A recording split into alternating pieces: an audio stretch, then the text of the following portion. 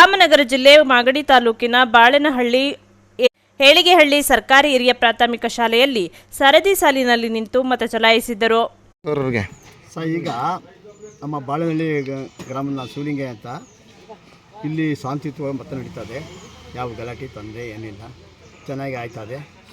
ನಿಮ್ಮ ಅಭ್ಯರ್ಥಿ ಗೆಲ್ತಾರೆ ಅಂತ ವಿಶ್ವಾಸ ಇದೆ. ಡಾಕ್ಟರ್ ಮಂಜುನಾಥ್ ಗೆಲ್ತಾರೆ, ಒಳ್ಳೆ ಲೀಡರ್ ಗೆಲ್ತಾರೆ, 100% ಗೆಲ್ತಾರೆ ಸರ್.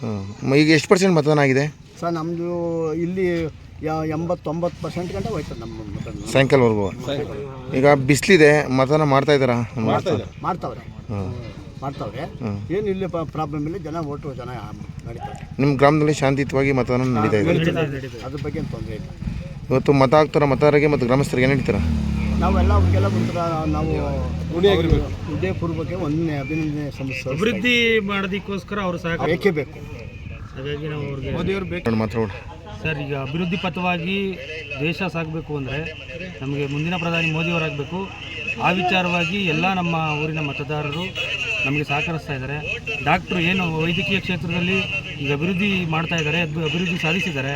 ಇನ್ನು ಮುಂದೆ ಅವರು ಅದನ್ನು ರಾಜ್ಯಕ್ಕೆ ಮೀಸಲಾಗಿಡದೆ ದೇಶದ ಮಟ್ಟದಲ್ಲಿ ದೇಶದ ಆರೋಗ್ಯ ವ್ಯವಸ್ಥೆಯನ್ನು ಉತ್ತುಂಗಕ್ಕೆ ತಗೊಂಡೋಗ್ತಕ್ಕಂಥ ಕೆಲಸವನ್ನು ಮಾಡ್ತಾರೆ ಅಂತ ನಮಗೆ ವಿಶ್ವಾಸ ಇದೆ.